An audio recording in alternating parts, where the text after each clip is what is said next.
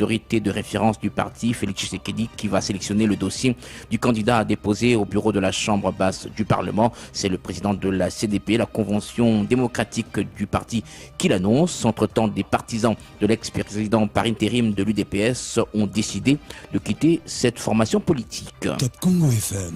Élection des gouverneurs et vice-gouverneurs de 14 provinces. Les tickets de l'Union sacrée de la nation ne font pas l'unanimité dans certaines provinces, contrairement à d'autres. Top Congo FM. On prépare sérieusement la visite du pape François en RDC. Avant cela, le livre préfacé par le Saint-Père, le pape François et le missel romain pour les diocèses du Zaïre, actuel RDC, sera présenté vendredi à Kinshasa. Le président du Sénat a été invité à intervenir au cours de la cérémonie. Top Congo FM. Pourquoi les denrées alimentaires de première nécessité produites dans les provinces coûtent cher dans les centres de consommation? La réponse dans le débat plus avec Didier Mukoma, il est président de l'association des armateurs du Congo, à suivre avant la fin de ce journal. Voilà pour le sommaire. Top Congo FM, le journal vous est présenté par Eric Ambago. Bonjour, la succession de Jean-Marc Kabounda au poste de premier vice-président de l'Assemblée nationale s'organise. Le directoire de l'UDPS examine déjà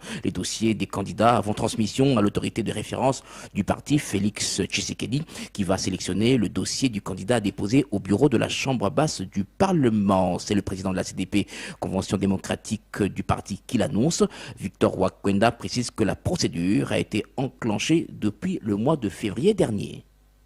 La procédure a déjà été engagée à partir de la date du 18 février 2022, quand nous avions déposé la notification au bureau de l'Assemblée nationale pour préciser que le directoire allait proposer la candidature d'un autre député national qui devait succéder à Jean-Marc Kabounda au poste de premier vice-président de l'Assemblée nationale. Est-ce que vous avez lancé appel à candidature parmi les députés UDPS? Oui, ils se sont déjà manifestés. Nous sommes au niveau de finalisation pour que le bureau soit saisi officiellement. Toujours le même Kabounda. En juin 2020, il était déjà question de le remplacer et on avait déjà enregistré 16 candidatures à cette époque-là. Est-ce que le triumvirat se réunit régulièrement? C'est le principe. Mais pour le moment, on n'a pas encore trouvé le bureau pour tout le monde à la permanence. Donc, ce qui fait que la visibilité du directoire est encore difficile. Et à quand le congrès du parti? Dès que le directoire est opérationnel, on monte des commissions urgentes qui étaient recommandées lors de la plénière du 29 janvier 2022. Ces commissions, notamment celle de réconciliation pour l'unité du parti. Donc, c'est urgent tout ça parce que nous, on est en retard par rapport aux autres partis politiques qui sont déjà en campagne pendant que nous, on traîne encore dans l'organisation. Le congrès va désigner un président du parti? Le président du parti est là, son mandat court jusqu'au 31 mars 2023. Donc on n'a pas à choisir un autre président du parti ou encore un autre candidat au présidentiel. Victor Wakwenda, le président de la CDP, la Convention démocratique du parti, une structure au sein de l'UDPS. Et après la démission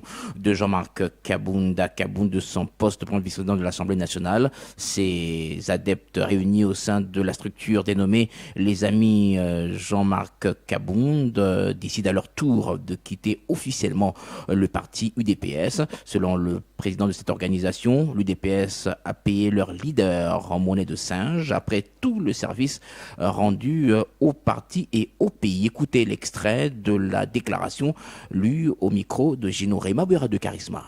Très chers camarades, Congolaises et Congolais, habitants de la terre, laissons-nous vous avouer que le savoir-faire, l'intelligence, le courage, la prudence de notre président Jean-Marc Kabounda hier faisait tourner la République. Lui au service de l'UDPS, les visionnaires tout-puissants. Mais maintenant que l'UDPS l'a payé en monnaie de singe, que l'on a adopté le mot au lieu et place de vertu, son credo, sans croiser les bras. Nous, les amis de Jean-Marc Kabounda, une génération appelée à modeler la direction du pays, toujours mettant en tête l'idéalisme de notre penseur, l'honorable Jean-Marc Kabounda.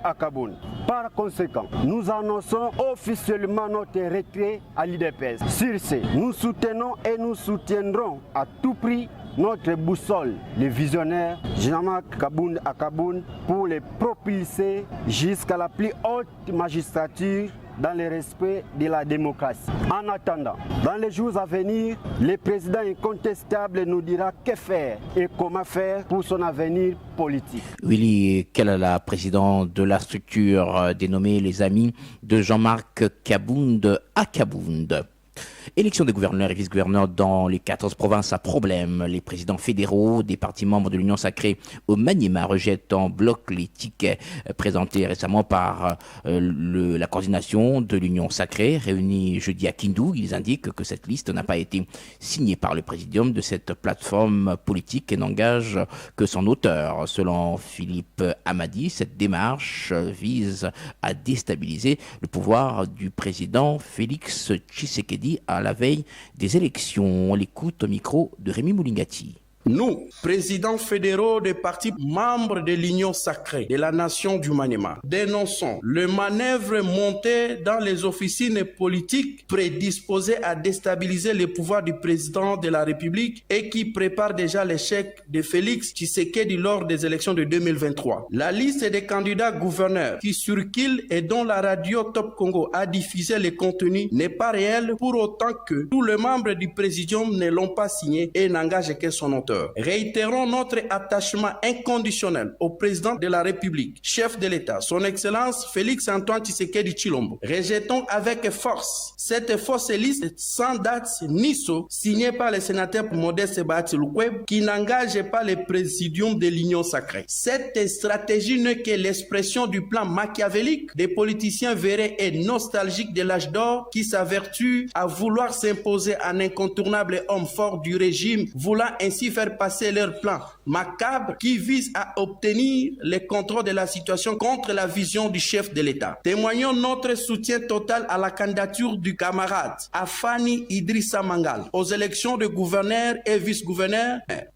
Philippe Amadi, porte-parole des présidents fédéraux des partis membres de l'Union sacrée dans la province du Maniema. Par contre, dans la province de Lomami, les activités ont repris dans les états-majors des candidats gouverneurs avec la publication des listes provisoires de la CENI. Plus encore, l'arrivée du ticket de l'Union sacrée ajoute un peu plus de tonus aux différentes formations politiques. Et malgré la clôture des assises d'appropriation du programme des 145 territoires, tous les élus provinciaux ne sont pas encore de retour dans leur circonscription.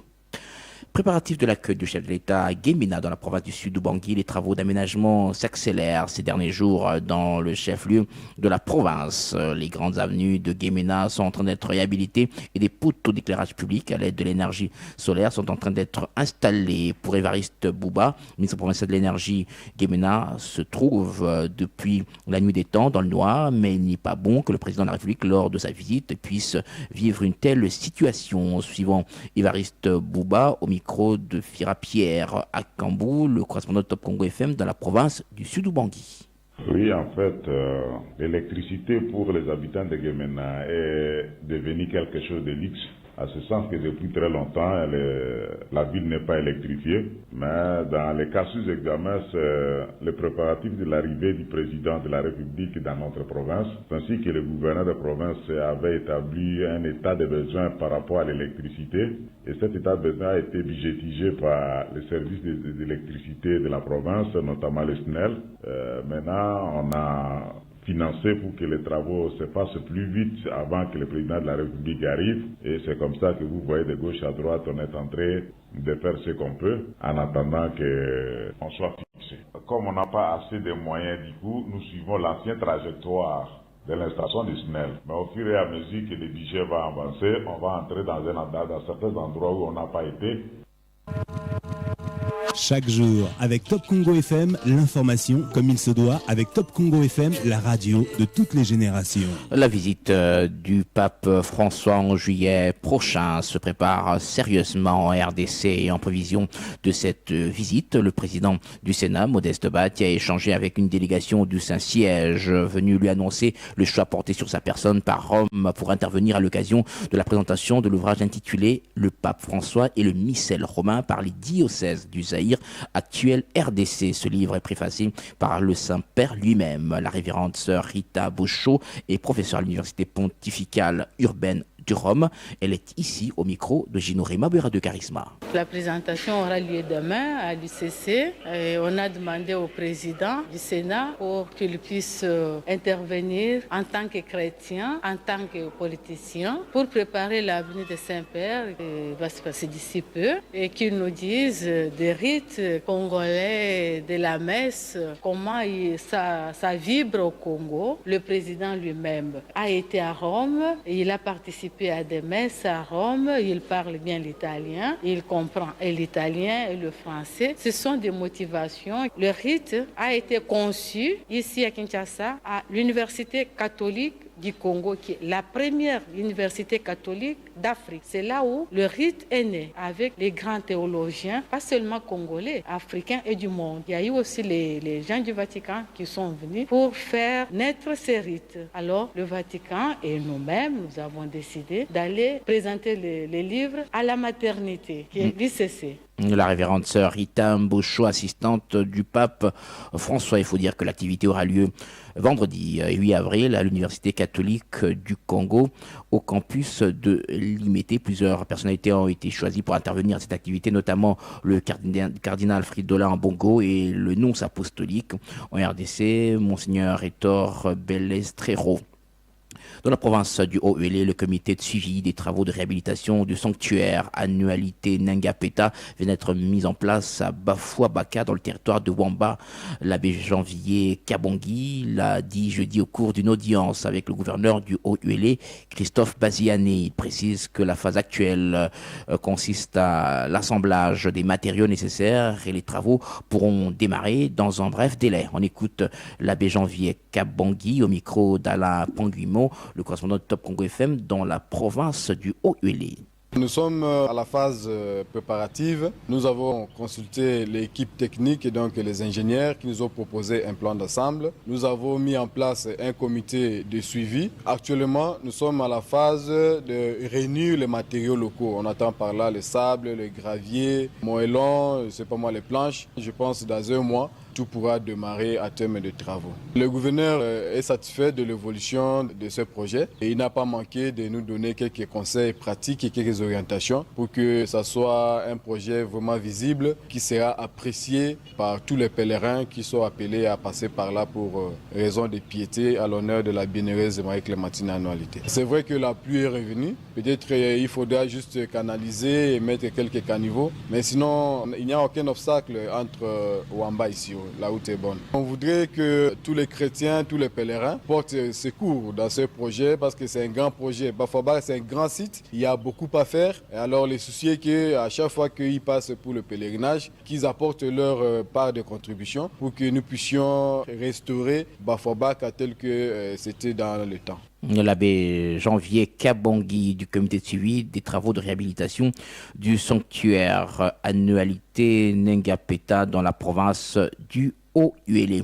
Et puis rendre la journée du 6 avril chômé pays en RDC par une résolution du Parlement en signe de reconnaissance aux œuvres du prophète Simon Kimbangu, comme exprimé par le chef de l'État Félix Tshisekedi. L'association Congo Dia Sikama, ce qui signifie être utile aux autres, prie les parlementaires d'accélérer ce processus. Pour maître Magui Makessé, son initiateur, tous les Congolais doivent s'unir afin de voir le pays prospérer, étant donné que selon le prophète Simon Kimbangu, tous les habitants de la RDC sont des Nikango. Maître Magui Makessé au micro de José Ipachi. Le chef de l'État a vu ça sur le plan spirituel. Il a ordonné que les deux chambres puissent se réfléchir par rapport à ça. Mais si ça traîne, l'air a sonné, l'esprit de Bangunza doit manifester. Si vous voulez que le Congo puisse aller de l'avant, on doit reconnaître Mfumu Kimbangu par rapport à tout ce qu'il avait. Et la reconnaissance de Mfumu Kimbangu, les Congo en général, du Congo, il y aura la bénédiction bénédiction par rapport aux élections à nos frères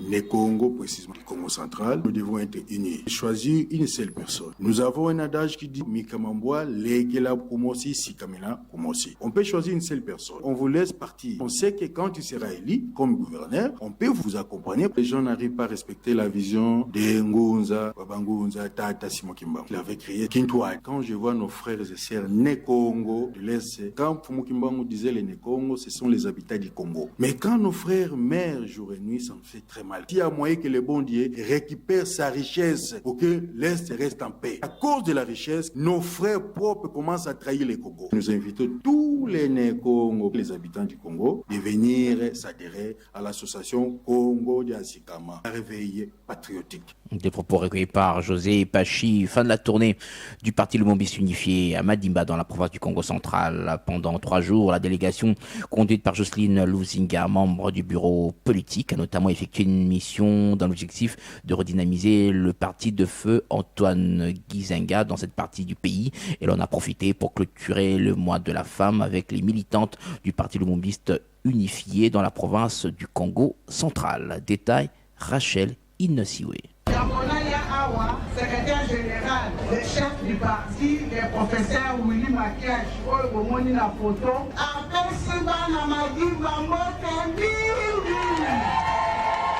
C'est en ces termes que Jocelyne Lusinga, membre du bureau politique du parti Lumumbiste unifié, s'est exprimée devant les militants de cette formation politique à Madimba, dans la province du Congo central. Sur initiative de son secrétaire général, Willy Makiachi, cet échange a permis à cette dernière, qui est également vice-présidente des femmes guides nationalistes du Palou, d'apporter un message à la femme du Congo central, qui selon elle peut non seulement rendre plus dynamique cette formation politique, mais aussi participer au développement du pays. Jocelyne Lusinga Nzuzi. Nous avons apporté le message de l'autonomisation de la femme rurale et sa participation dans la gestion de la chose publique. Les pourquoi de cette province, c'est parce qu'ils ont été émerveillés d'apprendre la nomination de l'une des filles du Né-Congo être élevée au rang de membres du bureau politique. Et par la même occasion, ils ont adressé un mot de remerciement au secrétaire général, chef du parti, le professeur Willy Makiachi, d'avoir élevé une de leurs au rang de membre du bureau politique. Le parti Lumumbiste unifié compte effectuer d'autres descentes dans toutes les provinces du pays, selon le calendrier qui sera aménagé par son bureau politique, et ce, dans les tout prochains jours. Rachel Innesiwe. Des aveux du président du cadre de concertation de la société civile de l'Équateur. La décision de certaines organisations membres de la société civile est rejetée par le bureau Munguza. D'après Fabien Munguza, le président désavoué, la démarche de ses collègues n'a aucun fondement juridique. Il les accuse d'être instrumentalisés par les autorités provinciales. Pour lui, ces prises de position sur la gestion de la province de l'Équateur dérangent. Il indique que les autorités provinciales veulent le faire taire et l'empêcher de rencontrer le chef de l'État qui compte se rendre dans la province de l'Équateur. Fabien Munguza au micro de Mamichela. Le cadre de concertation a été mis en place par une assemblée générale qui a regroupé des délégués venus de tous les territoires ainsi que de la ville de Mbandaka. Et donc, nous avons fait l'unanimité autour de notre nom. Et des personnes ne peuvent pas aller se réunir dans un coin de la ville de Mbandaka sans qualité pour pouvoir renier ce que l'assemblée générale a décidé. Il s'agit donc d'un coup d'épée dans l'eau. Je voudrais également dire que tout ce dont on m'accuse là, si cela est vrai, est partagé par Banabé Bongambo. Lui, il a présidé la dernière réunion du 4 avril, qui a accouché d'une déclaration encore plus dure. Ce sont ses paroles à lui. Ce qu'ils sont en train de dire là, c'est simplement une instrumentalisation. Le chef de l'État doit arriver. Et il faut faire taire toutes les voix discordantes qui sont susceptibles de dire au chef de l'État le véritable état des lieux de la province de l'Équateur, de sa gouvernance. Et donc, ce que les amis ont fait là, c'est de nul et de nul effet. Nous continuons à travailler calmement, mon bureau et moi, ainsi que le team leader, nous sommes ensemble. Et donc, les amis là-bas se sont auto-exclus. Et nous allons prendre contact de leur départ et nous allons carrément les remplacer. Et donc, le cadre fonctionne tout à fait normalement. C'est un coup d'épée dans l'eau. que nous rejetons totalement. Fabien Mungouza, le président du cadre concertation de la société civile, désavoué. Il faut dire qu'une frange de cette structure de l'Équateur a désavoué le président du cadre de concertation. Elle l'accuse de bloquer tout dialogue franc entre la société civile et les institutions provinciales. Une délégation mixte Parlement-gouvernement est attendue dans les tout prochains jours dans le territoire de Rutshuru, au Nord Kivu, où des affrontements ont été signalés depuis peu entre les FARDC et les M23 dans le groupement de Jamba et ses environs. Nous sommes donc dans la province du Nord Kivu. Cette mission va notamment compatir avec les milliers de déplacés et réfugiés suite à ces combats. Le député national élu de Rutshuru, François Ekouye, qui l'a dit à son arrivée jeudi à Goma, affirme qu'une assistance du gouvernement aux victimes de ces événements sera également apportée. On l'écoute au micro de Jonathan Combi. D'abord un message adressé au FARDC. Nous savons que l'armée nationale est apolitique et que nous devons l'encourager quand elle combat l'ennemi qui déstabilise l'intégrité du territoire.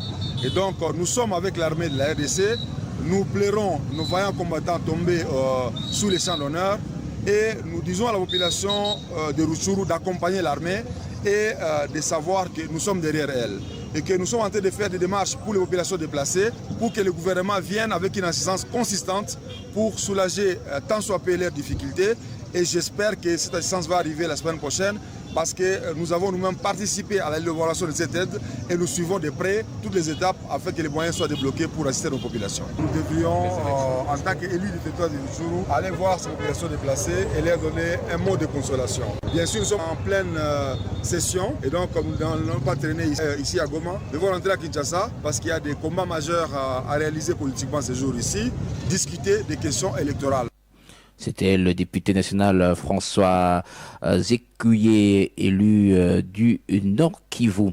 Et dans la province du Kassai-Oriental, on parle de ce projet Tshilé-Gelou. Où en sommes-nous avec ce projet une année après son lancement dans la province? La question se pose de plus en plus dans la région car les travaux sont de nouveau aux arrêts depuis plus d'une semaine. L'Office des voiries et drainage rapporte que cette situation est consécutive à la rupture en matériaux de construction dans cette région du pays. Reportage de Nicolas Kazadi, le correspondant de Top Congo FM dans la région.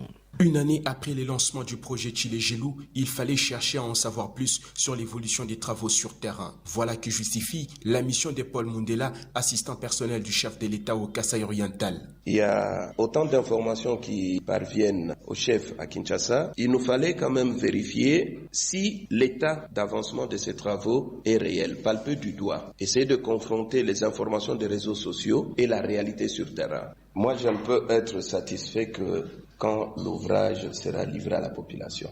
La ville de Mbujimaï ne dispose actuellement que d'1 kilomètre à descendre des routes asphaltées sur les 20 kilomètres prévus dans le projet 5 chantiers. À ce jour, le projet Tshilé-Gelou en offre 25, mais avec une spécificité, ses ouvrages d'assainissement. Le chef de la mission de contrôle de l'OVD assure que les travaux préliminaires sont déjà exécutés à plus de 80% et la couche de roulement pourra être placée d'ici les mois de juin. L'exécution physique, nous sommes au-delà de 80%.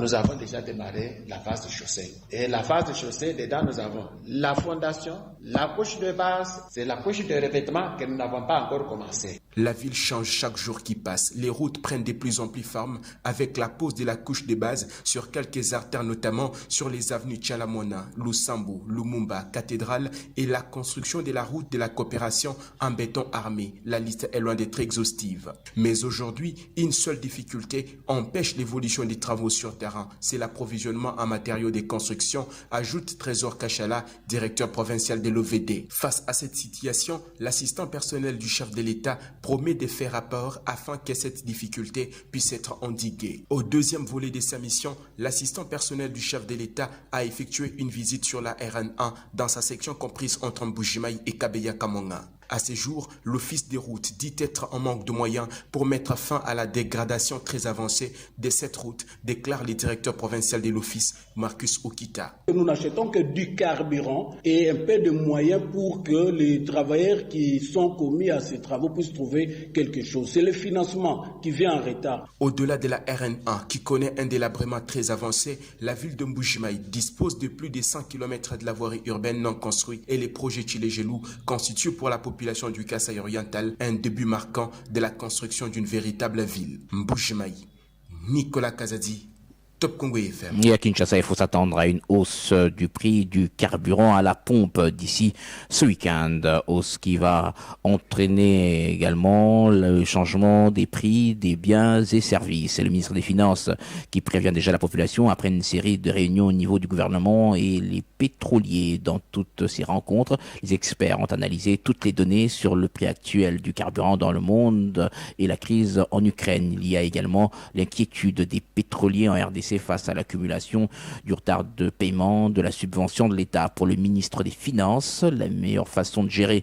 la crise pour l'instant RDC, c'est de majorer le prix du litre à la pompe. Nicolas Kazadi. Au moment où nous parlons, le ministère de l'économie est en train de faire des simulations pour voir quel est le bon niveau qu'on peut supporter, qu'est-ce qu'on peut payer et quel sera l'impact sur les autres variables de l'économie. Ce travail va continuer demain avec mon collègue des hydrocarbures et moi-même et le secrétaire général de l'économie, et nous pensons pouvoir apporter au Conseil des ministres vendredi des éléments de décision précis où on aura une annonce sur le nouveau prix à la pompe qui va très probablement bouger, mais nous espérons qu'il varie le moins possible pour que l'impact ne soit pas trop fort, et le nouveau prix pour les autres secteurs, les autres catégories, c'est-à-dire les entreprises et notamment le secteur minier. C'est la meilleure façon de gérer la situation et de minimiser l'impact. Parce que le souci du chef de l'État, le souci du chef du gouvernement, c'est de protéger le mieux possible les Congolais, notamment les Congolais les plus fragiles ou les plus pauvres. Voilà pourquoi nous avons choisi de protéger le service aux stations à travers une augmentation et faire en sorte que l'impact sur les prix du transport soit le plus faible. Mais nous ne pourrons pas éviter un impact sur les prix parce que nous avons une économie qui est très extravertie. Le ministre des Finances, Nicolas Kazadi, est sur le terrain. On observe toujours des files des véhicules devant les stations-service à Kinshasa. D'autres sont même fermés. Le ministre des Hydrocarbures a annoncé qu'un bateau pétrolier est arrivé à Mwanda et le carburant devrait être pompé dans les pipelines ce jeudi pour distribution dans la capitale congolaise. Émigration vers les États-Unis d'Amérique. Plusieurs Congolais jouent et gagnent à la dévéloterie organisée chaque année par le gouvernement américain. Mais certains perdent l'opportunité d'obtenir le visa par manque d'informations. Alors qu'un nouveau cycle de la DV va démarrer, le consulat des États-Unis en RDC a tenu à éclairer l'opinion sur les principes et exigences requises pour accéder au visa une fois qu'on a gagné à la dévéloterie. Principes qui sont à respecter au risque d'être privé de visa. On écoute tour à tour Mara Bird, vice-consul des États-Unis en RDC, et Clémentine Bainpe, assistante consulaire. Elles sont toutes au micro de Walter Couille. Après gagner la loterie, vous devrez commencer à réunir tous les documents. Vous devrez avoir tous vos documents civils. Vous devrez payer les frais pour l'entretien à l'ambassade et vous devrez avoir votre diplôme d'État. Si vous avez le diplôme universitaire, ça marche aussi, mais le minimum, c'est le diplôme d'État. Vous devrez le faire tout de suite parce que le DV, c'est un cycle annuel. Il y a une certaine quantité de visas chaque année ici pour tout le monde. À combien sont fixés ces frais-là et on les paye où exactement? On les paye à la même ambassade le jour de l'entretien. C'est $330 par personne. Si vous êtes une famille, $330 pour chaque membre de votre famille. Nous avons besoin des documents civils de chaque membre. Chaque année, le cycle termine le 30 septembre. Commencez par vous rassurer que vous avez gagné en allant visiter notre site de dvprogramme.org. www.state.gov. Là, vous êtes sûr que vous avez gagné à la DV Loterie. Remplissez le formulaire DS260. C'est un formulaire de demande de visa que tous les gagnants à la DV Loterie doivent remplir. Alors, une fois que vous gagnez, vous vous présentez à notre ambassade si seulement vous avez votre rendez-vous. Et lorsque vous avez votre rendez-vous, vous confirmez sur notre site, vous vous présentez à l'ambassade le jour de votre rendez-vous avec tous vos documents civils, par exemple, comme l'a dit ma collègue, votre acte de naissance, casier judiciaire, l'acte de mariage si vous êtes marié, diplôme d'État, soit un document justifiant que vous avez passé 2 ans d'expérience professionnelle et vos $330 que vous allez payer ici à l'ambassade. Et là, une fois que vous êtes à l'ambassade, c'est le jour de votre interview. À bon entendeur, salut. Les occupants des maisons construites le long de la baie de Ngalema doivent déguerpir et la destruction des maisons est imminente. L'hôtel de ville de Kinshasa vient de mettre en place une commission dont les travaux démarrent ce jeudi. C'est ce qu'a annoncé le général Silvano Kasongo, chef de la police de Kinshasa. Il indique que tous les occupants de cet espace devront amener leurs documents qui seront étudiés par les experts en ce qui concerne les limites de la baie de Ngalema. Le commissaire divisionnaire adjoint Silvano Kasongo précise qu'à l'issue de ces assises, les maisons non conformes seront démolies. On l'écoute au téléphone de Myriam Boketchou. La baie de Ngalema, nous avons fait une descente avec le ministre des Affaires foncières, monsieur le gouverneur. Alors, il y a une commission qui est mise par le gouverneur, il a signé une décision. Alors, on attend, la commission va commencer, je crois, demain, pour que tous les occupants puissent amener leurs documents. Je crois la commission va faire un rapport, c'est le rapport de la commission qui va déterminer les autres échéances. La commission va déterminer d'abord les limites de tous les côtés, les limites de la baie d'Ngalema, ça commence où, ça va terminer par où. Et puis nous sommes des exécutants. Dès qu'il y aura un arrêté du gouverneur, nous allons nous exécuter. Notre rôle, c'est de protéger, d'assurer, de continuer à encadrer les gens qui vont démolir, maintenir l'ordre public et les rétablir s'il est faux. Le reste, c'est la décision administrative. Le commissaire divisionnaire adjoint Silvano Kasongo, le commissaire provincial de la police de Kinshasa. Desserte en électricité dans les zones économiques spéciales. Un accord cadre a été signé jeudi entre la société Servitec International et le gouvernement congolais. Servitec a l'intention de financer, développer, construire, exploiter, gérer et entretenir une ferme solaire d'une capacité nominale de 2000 MW. C'est pour augmenter le taux d'accès à l'électricité et contribuer au développement de ces zones à travers 6 espaces industriels. C'est ce qu'a dit la représentante du ministre de l'Industrie, Julien Paluku. L'agence des zones économiques spéciales, l'AZES, a accepté d'agréer cette entreprise en qualité de bureau d'études et intervenant principal en vue de la fourniture de l'électricité. On écoute Ogi Bolanda, chargé de mission de l'AZES. Cet accord cadre est un plus pour les zones économiques spéciales. Dans les ZES, on a besoin de l'énergie électrique. Et on est habitué seulement ici au Congo avec l'hydroélectricité. Avec ce que nous venons de faire aujourd'hui, nous allons voir ces zones économiques spéciales avec de l'énergie autre que l'énergie solaire, tout ça. On va aller dans ce sens-là pour essayer un peu de diversifier les sources d'énergie. Nous avons trouvé un partenaire très engagé, ayant de l'expertise, qui est vraiment engagé pour venir dans les zones économiques spéciales. C'est la raison pour laquelle nous avons signé ces contrats, cet accord cadre pour l'accompagner au niveau de nos aménageurs des zones économiques spéciales pour qu'ensemble nous puissions diversifier les sources d'approvisionnement en électricité. La prochaine étape maintenant, c'est qu'il faut maintenant rendre cela opérationnel, c'est-à-dire que l'entreprise a un plan pour s'installer à RDC. Donc ça sera le début des investissements pour implanter toutes ces centrales solaires, tout ça. Mais ce qu'il faut dire, c'est qu'il y a une procédure ici au Congo. Vous savez que c'est un secteur qui est libéralisé. Il y aura des contacts avec la SNEL, parce que c'est la SNEL qui a le plus grand réseau. Et ils vont signer un contrat, un PPPA, pour voir comment ils peuvent passer dans les réseaux. Ogi Bolanda, chargé de mission de l'AZES, l'agence des zones économiques spéciales. pauvreté des masses en RDC, l'accès à l'électricité n'est pas facile, surtout en milieu rural. C'est le cas également pour l'eau potable. Les voies de communication entre différentes provinces, différents territoires, secteurs, groupements sont également dans un état d'élaboration très avancé. Comment faire pour assurer l'exécution du programme de développement des 145 territoires annoncé par le gouvernement? Des ONG réfléchissent pour apporter leur expertise. Plusieurs experts se sont réunis au sein de l'ACD, appui consultation et développement, une ASBL qui forme déjà la population en milieu rural. Anaclé Chisso a présidé lundi une réunion qui s'est fixée pour objectif donner à la base des éléments d'appréciation clairs pour veiller à la bonne exécution de ce programme. On écoute plutôt Théophile Lukamba, directeur technique de cette ASBL. Au cours de la rencontre de ces jours, nous avons abordé un grand thème, la redevabilité, les perspectives et l'implication de tous, dans le sens que chaque personne qui a un petit parcelle de pouvoir est tenue de faire rapport, de rendre compte. C'est dans ce sens-là que nous nous sommes retrouvés. Au cours de cette réunion, nous avons tenu à interpeller la population de la province de Lomami pour qu'elle prenne compte de sa responsabilité dans le traitement des questions d'actualité. Nous sommes mis à voir question par question, on les a passées en revue. On a pris la première question, c'était une question liée à la malgouvernance des provinces. On s'est posé la question de savoir quelle est notre responsabilité, qu'est-ce que nous pouvons faire et comment le faire.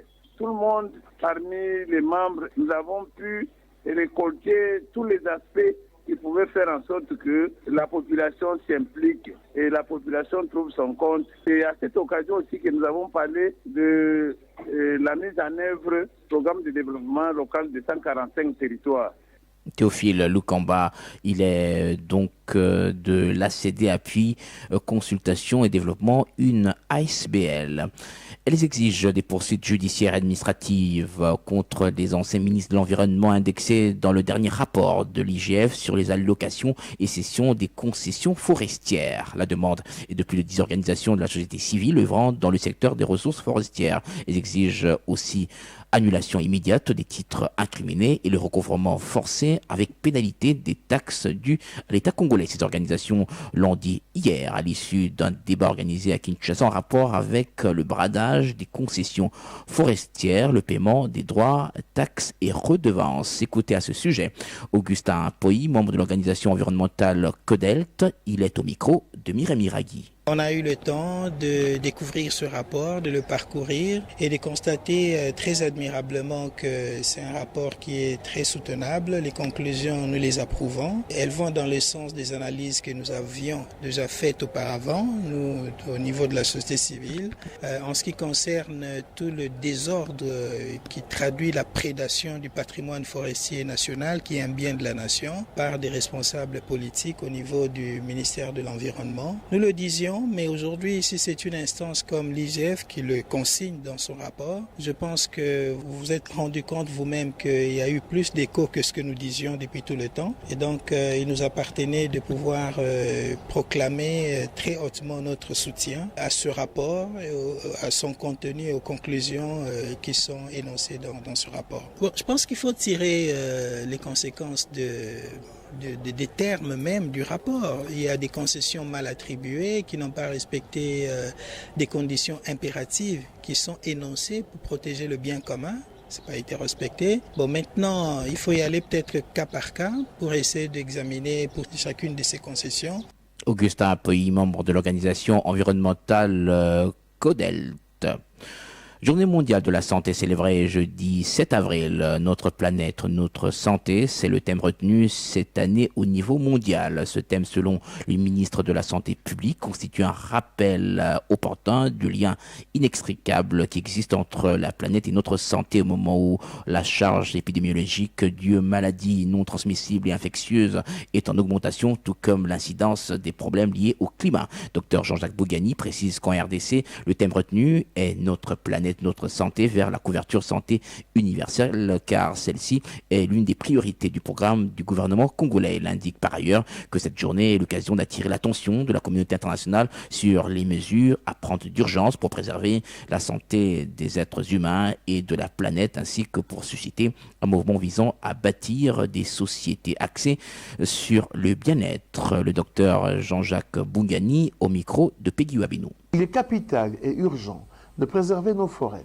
contre les cultures surbrûlées, le déboisement pour la production du charbon de bois et l'exploitation exagérée des grumes de bois pour exportation. Au regard de l'importance que revêt l'homme en tant que moteur de la déforestation, dont les effets d'entraînement sont directement en perspective sur notre planète, il est urgent de développer des technologies d'énergie non polluantes et n'affectant pas trop l'environnement et la santé des populations. En plus, il faut sauvegarder la santé de l'homme en mettant en place divers mécanismes de protection de la santé. C'est dans cette optique que le gouvernement est en train de mettre en œuvre la couverture santé universelle. Celle-ci vise à ce que l'ensemble de la population ait accès aux services de santé préventifs, curatifs, promotionnels et de réadaptation dont elle a besoin, sans discrimination d'ordre social, économique, financier ou culturel.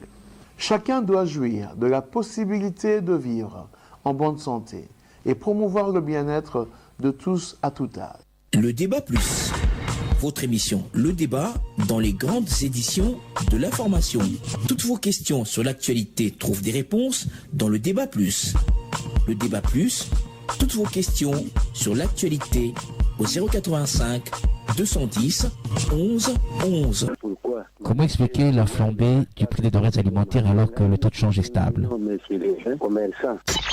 Les produits coûtent cher parce que pour le moment, la production n'est pas intense. Au niveau de l'intérêt, les gens ne produisent plus comme avant parce qu'il n'y a pas de bons acheteurs. De deux aussi, il y a beaucoup plus de tracasseries. Il y a une multiplicité de taxes dans des ports. À titre d'exemple, les taxes qui sont attribuées à des entités administratives décentralisées sont payées doublement. Les produits, quand ils quittent, par exemple, Kikwit, ils payent les mêmes taxes que quand ils arrivent ici à Kinshasa. Didier Mukuma, vous êtes président des armateurs du Congo. Un sac de maïs, par exemple, qui vient de l'intérieur du pays, coûte combien au départ et combien à l'arrivée? Bon, pour le moment, un sac de maïs, au départ, il coûte 40 000 francs. Il faut compter les frais de transport parce qu'il faut l'évacuer des villages jusqu'au port de chargement. Et comme vous le savez, à l'intérieur du pays, il n'existe plus les routes de dessert agricole. Les gens se débrouillent avec des motos, soit avec des vélos, soit à pied. Tandis que quand vous arrivez déjà dans les ports, il y a un problème aussi d'entreposage. Il n'y a pas de dépôt. Et c'est là, bon, ils sont obligés de se débrouiller dans des petits locaux qui payent aussi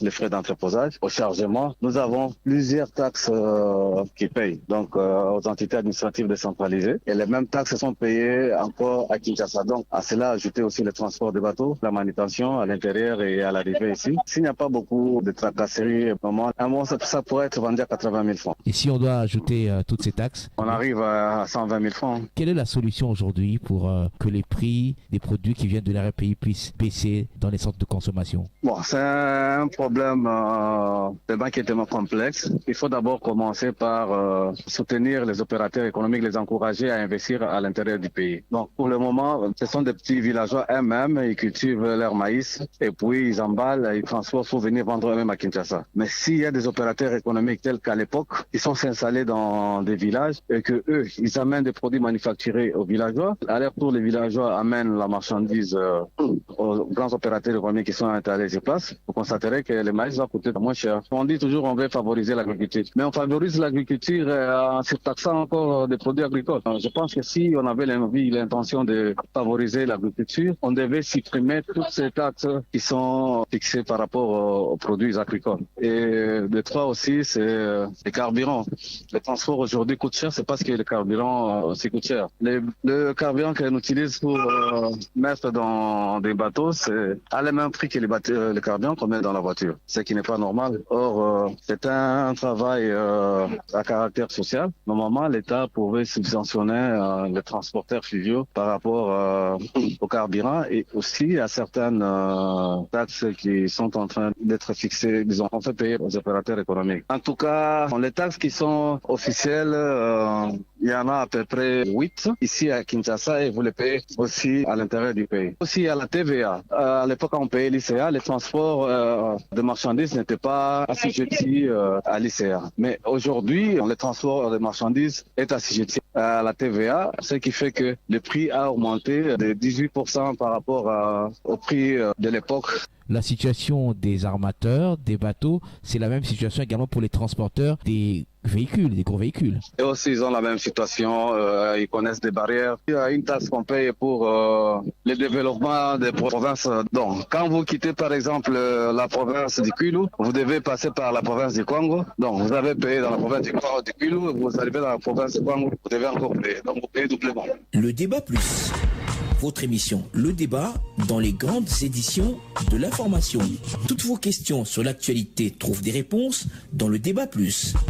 Le Débat plus, toutes vos questions sur l'actualité au 085 210 11 11. La culture pour boucler ce journal, un nouvel ouvrage intitulé Le traité de droit congolais des hydrocarbures, livre co-rédigé par maître Declercq Mavinga et maître José Zaou. Ce livre de 600 pages publié aux éditions Brûlant apporte des solutions aux nombreuses préoccupations des autorités publiques et de la profession pétrolière sur le double plan juridique et opérationnel. Explication Genovich Boa. Je te baptise. Oui, cet ouvrage nous éclairait tous, éclairer les chercheurs et les décideurs dans ce secteur. Et félicitations aux auteurs. C'est sur ces mots que le professeur Daniel Mukoko Samba a baptisé cet ouvrage qui fait un état des lieux du patrimoine en hydrocarbures de la RDC. L'ouvrage est destiné aux autorités publiques. Pour maître José Nzao Matuta, co-auteur, l'objectif est de permettre à ces autorités de diversifier les ressources de recettes. Notre pays, on a toujours négligé le secteur des hydrocarbures. Nous avons dépendu des mines. Or, les mines ont montré leurs limites en termes de recettes de l'État. Donc maintenant, comme le dit le chef d'État, il faut diversifier les ressources. C'est comme ça que nous avons voulu explorer que prévoit la réglementation des hydrocarbures. Nous avons étudié l'évolution de cette réglementation. Nous avons fait des recommandations aux législateurs, aux autorités publiques, aux opérateurs économiques pour booster les secteurs. Booster ces secteurs afin qu'ils s'ajoutent au secteur des mines comme source de recettes du trésor public. Maître Declercq Mavinga Ndangi, avocat au barreau près la cour d'appel de Kinshasa-Gombe, du Haut-Katanga et du Congo central, et maître José Nzao Matuta, avocat au barreau près la cour d'appel de Kinshasa, promettent de revenir avec la deuxième partie de ce livre, le traité de droit congolais des hydrocarbures. Top Congo FM 88.4, première radio d'information en République démocratique du Congo. Ce journal est complètement terminé, mise en onde Alain Pascal Bongou. Merci aussi à l'équipe vidéo, Théophile Loussakweno, Didibine Sika, Patrick Gongo et Dani Zayobi. Merci également à Rachel Siwe qui nous a aidé dans la rédaction et Pascal Kapali qui était à la réalisation. Merci à vous d'avoir bien voulu nous écouter. L'actualité continue sur l'application de Top Congo, mais aussi sur les réseaux sociaux. À très bientôt. 5 éditions, 18 bulletins d'information. Top Congo FM 88.4, première radio d'information en République démocratique du Congo. Une rédaction en contact permanent avec ses auditeurs. 080 812 812. Information avec Top Congo FM 24h sur 24, 7 jours sur 7. Ce journal vous a été proposé par Equity BCDC.